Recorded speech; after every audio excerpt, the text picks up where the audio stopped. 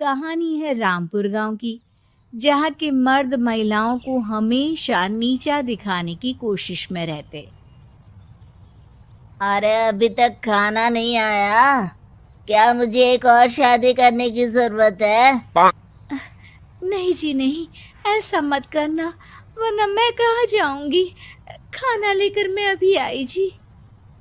गांव की पंचायत में भी फैसले हमेशा औरतों के खिलाफ ही रहते। मैं जो फैसला सुनाता हूँ वो भगवान की आज्ञा होती है। इस लड़के ने अपने मन से शादी करके अच्छा नहीं किया। लड़के को घर भेज दो और इसकी शादी इसकी जाति की किसी लड़के से करवा दो। लेकिन ये लड़के, इसे तो गांव के बाहर निकाल दो। नहीं नहीं जमींदार साहब, ये क्या बोल रहे हैं? ऐसा नहीं हो सकता। मेरी बेटी मासूम है, इसे अच्छे बुरे की समझ नहीं है। अरे कहाँ जाएगी ये बेचारी? कहाँ जाएगी? इतनी चिंता है तो पूरे परिवार का गांव निकाला कर देते हैं। बेचारे पूरे बसे बसाए परिवार को गांव छोड़ना पड़ता है। चाहे जो हो, अगर बेटियों को कंट्रोल नहीं कर सकते तो गांव में रहने का कोई मतलब नहीं है। यहाँ औरतों को दब कर रहना होगा। कोई भी अपने हिसाब से कुछ नहीं कर सकता, सब ईश्वर की मर्जी से ही होगा। तभी गांव का एक आदमी दौड़ा दौड़ा आता है।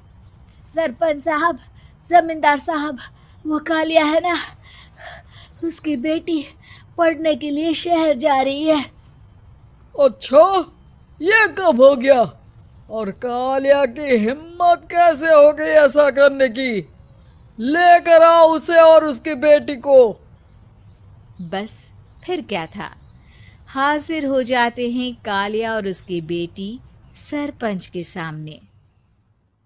और कालिया, ये क्या सुनने में आ रहा है? बेटी को इंजीनियर बना रहा है तू? और ये बता, गांव में तो स्कूल नहीं है, फिर कहाँ से इतनी क्लास पास कर गई तेरी बेटी?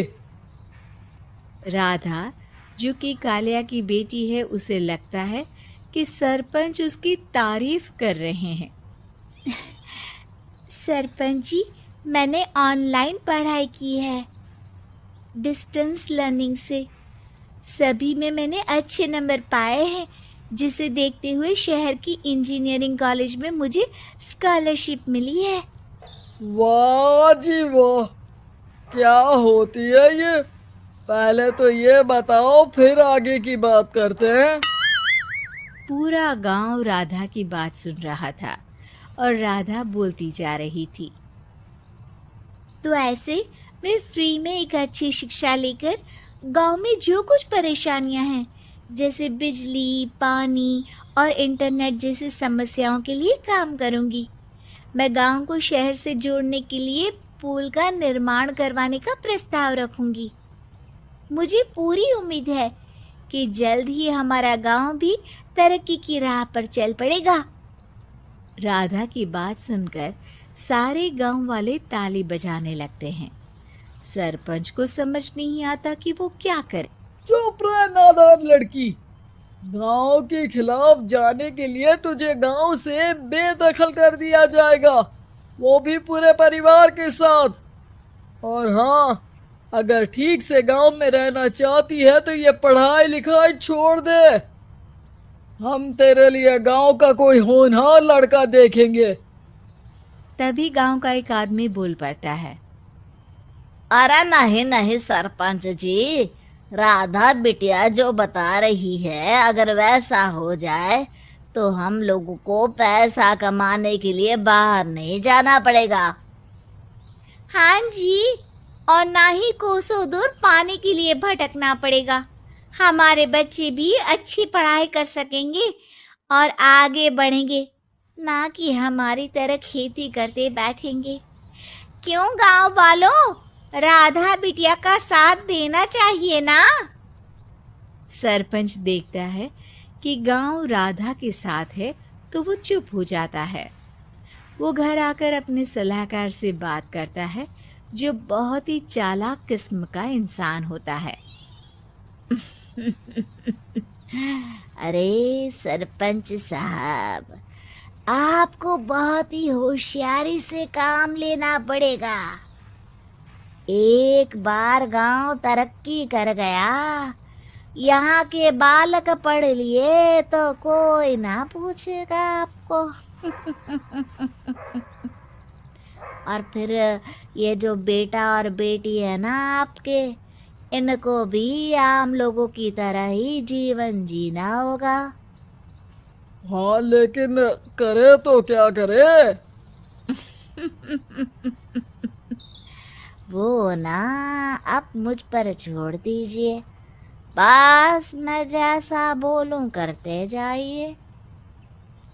अगले रोज सुबह जब गांव वाले सोकर उठते हैं तो राधा के घर के बाहर और साथ ही वो लोग जिन्होंने राधा का सपोर्ट किया था, उनके घर के आगे लाल रंग से कल आऊंगी लिखा होता है।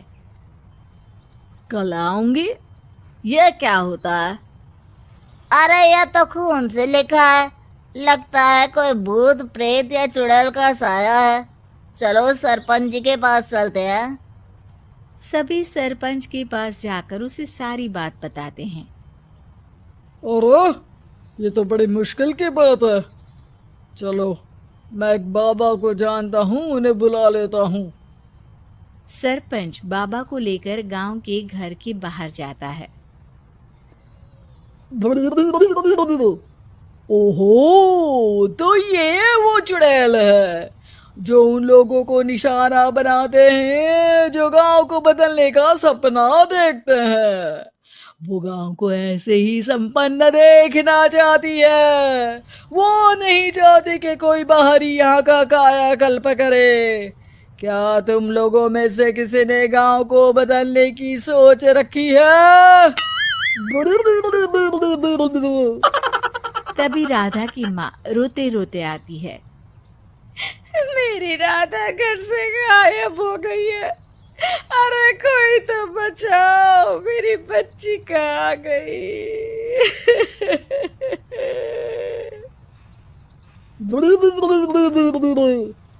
ले गई वो चुड़ैल, तेरी बच्ची को ले गई। अब वो उसे श्रापित करके छोड़ेगी, उस पर चुड़ैल का साया हो जाएगा। तभी बुरी सी हालत में राधा भी वहां आ जाती है। उसके बाल चुड़ैल की तरह फैले होते हैं और कपड़ों में खून लगा होता है। सभी राधा को देखकर डर जाते हैं। माँ, पता नहीं मुझे कौन उठा कर ले गया था।